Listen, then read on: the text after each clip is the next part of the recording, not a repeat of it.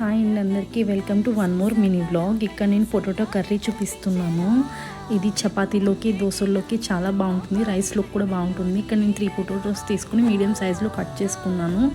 మీరు తినేదాన్ని బట్టి 2 to 3 విజిల్స్ రానివ్వండి. దీన్ని విజిల్స్ రానిచ్చిన తర్వాత వీటిని పీల్ ఆఫ్ చేసేయండి కంప్లీట్గా.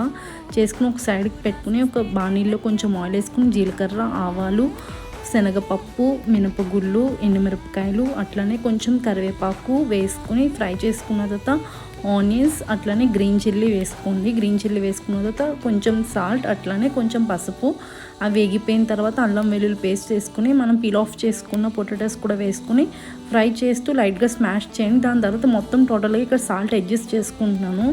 ఇక్కడ 2 to 3 minutes దాన్ని మూత పెట్టండి. ఫ్లేవర్స్ అన్నీ పొటాటోకి బాగా పడితే లాస్ట్లో కొంచెం చిల్లీ పౌడర్ వేసుకున్నాను. అంతే. నేనైతే దోశలోకి ట్రై చేశాను. Bye, thank you.